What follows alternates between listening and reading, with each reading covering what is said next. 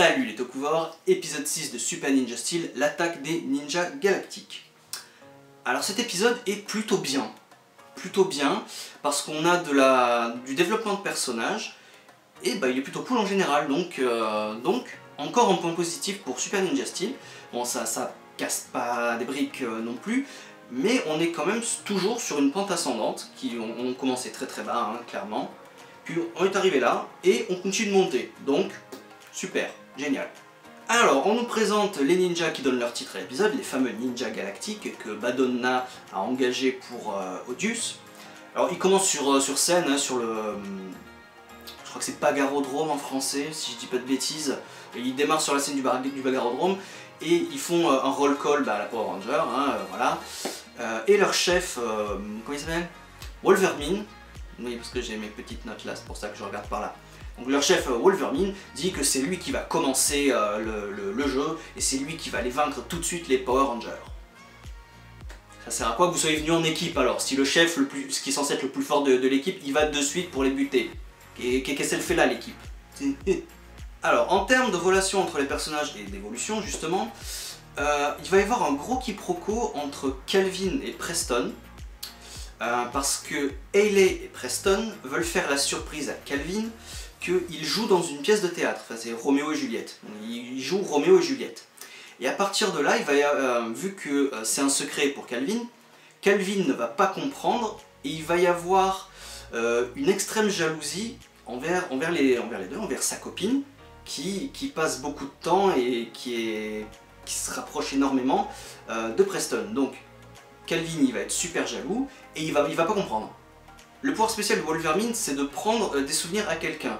Donc il prend les souvenirs de Preston et Hayley, et aussi quelques instants plus tard, ceux de Brody. Donc ça fait qu'on se retrouve avec 3 Power Rangers complètement inutiles, et il va falloir leur rendre leurs souvenirs et faire un plan pour reprendre les souvenirs et leur redonner.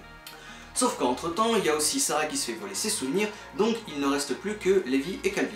Mick, toujours un excellent mentor qu'il est, fait comprendre à Calvin qu'il ne doit pas tirer des conclusions beaucoup trop vite par rapport au vol des souvenirs et tout ça, ce qui fait aussi écho à sa relation avec, plutôt à la relation avec Preston et sa copine Hayley, qu'il ne comprend toujours pas, donc il pense que Hayley le trompe, alors que non, ils veulent juste, comme j'ai dit tout à l'heure, lui faire une surprise qui joue dans Roméo et Juliette. Et donc Calvin comprend qu'il ne doit pas tirer de conclusion trop vite, qu'il y a forcément une explication. Et voilà, donc Mick, encore une fois, est un excellent mentor qui apprend des leçons de la vie aux Power Rangers, à ces jeunes Power Rangers qui sont encore au lycée. Donc franchement, Mick, moi je le mets en number one des mentors, quoi.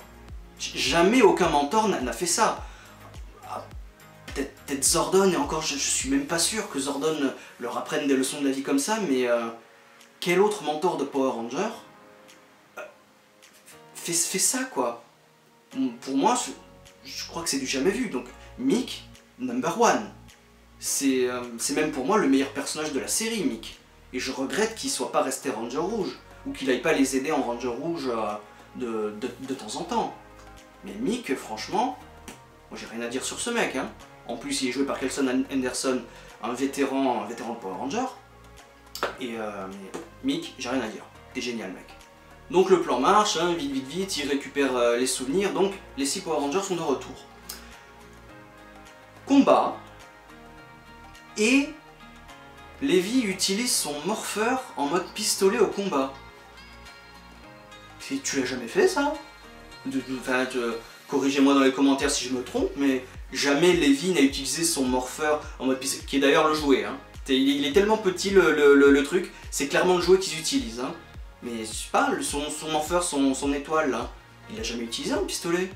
En plus, on va faire un petit coup de merde, quoi, s'il te plaît, c'est censé être un coup fidèle, ça te fait un petit bziou de merde, alors que t'as une grosse guitare blaster. D'accord, c'est très bien d'utiliser les accessoires comme ça, mais ouais, ça fait un peu naze pour le coup, parce que...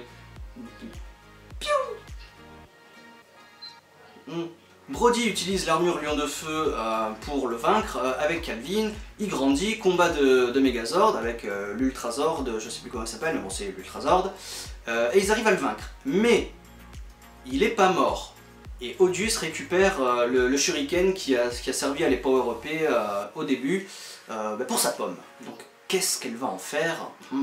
Va-t-elle récupérer tous les autres Shurikens des ninjas galactiques? Peut-être.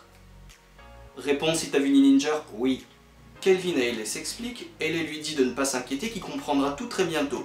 Donc il l'invite à la pièce de théâtre, et là Calvin effectivement, il a compris, ma copine joue Juliette dans la pièce de théâtre, oh là là, c'est génial, tu es une merveilleuse actrice, je t'aime encore plus, et je t'embrasse sur la joue.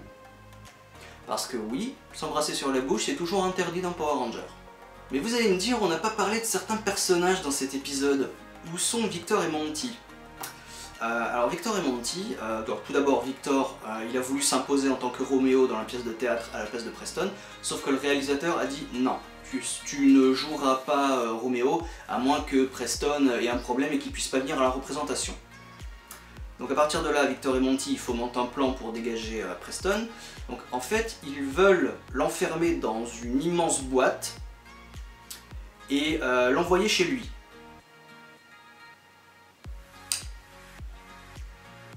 Voilà. Sauf que ce plan-là, eh ben, c'est eux qui vont en faire les frais à cause d'une connerie de Victor, encore une fois. Sauf que du coup, ils sont pas renvoyés chez Preston. Eux, ils sont envoyés en Afrique du Sud. Donc à la fin de l'épisode, tu vois la grosse boîte en plein milieu de la savane. Ils arrivent à l'ouvrir. Alors déjà, en plus du faux raccord, qu'au début il y avait des vêtements et que quand ils arrivent en Afrique du Sud, il n'y a plus de vêtements, voilà, faux raccord, mais on s'en fout. Et qui plus est, comment ils arrivent à l'ouvrir alors que pendant tout le trajet, ils n'ont pas réussi à l'ouvrir, ça aussi c'est un mystère, mais bon, peu importe. Donc à la fin de l'épisode, nous voyons Victor et Monty en pleine savane avec des lions tout autour d'eux, en Afrique du Sud. Donc logiquement, on ne devrait pas les revoir dans le prochain épisode. Mais bien sûr que si, on va les revoir, parce que voilà, c'est juste histoire de faire un gag, mais bien sûr qu'on va les revoir, voilà. Donc en Afrique du Sud, à la limite d'être bouffé par des lions, quoi. Ok, si c'était un gag, c'est limite. Très limite. Je suis certain que ça amènera à rien, hein, mais bon. De toute façon, qu'est-ce que tu veux faire avec ces deux personnages, hein? Par des gags de merde, il n'y a rien à faire avec eux, hein, donc, voilà. Donc, grosso modo, bah, c'était plutôt sympa. Le développement des personnages était relativement bien, avec un quiproquo qui se résout à la fin. Grâce à Mick, encore une fois, Mick, best mentor ever, ce mec est génial. Donc, faut qu'on continue comme ça, dans la pente ascendante. Et j'espère que l'épisode suivant, l'épisode 7, ce sera encore sur la pente ascendante, et voilà. Il commence à mettre un peu Victor et Monty de côté. Et c'est bien parce qu'au moins on peut se concentrer sur le développement de personnages et on se focus sur le scénario de l'épisode. Donc voilà. Vous voyez, quand on met pas de personnages inutiles à l'histoire, bah, on peut faire des trucs bien. Donc pour l'instant, ça va. Ça va toujours bien, Power Ranger. Encore une fois, je le répète, ça casse pas des briques non plus, mais voilà, c'est bien. Par rapport au standard, c'est bien. Ça continue toujours de monter. Donc c'est cool. Voilà. Allez, à bientôt pour l'épisode 7. Ciao.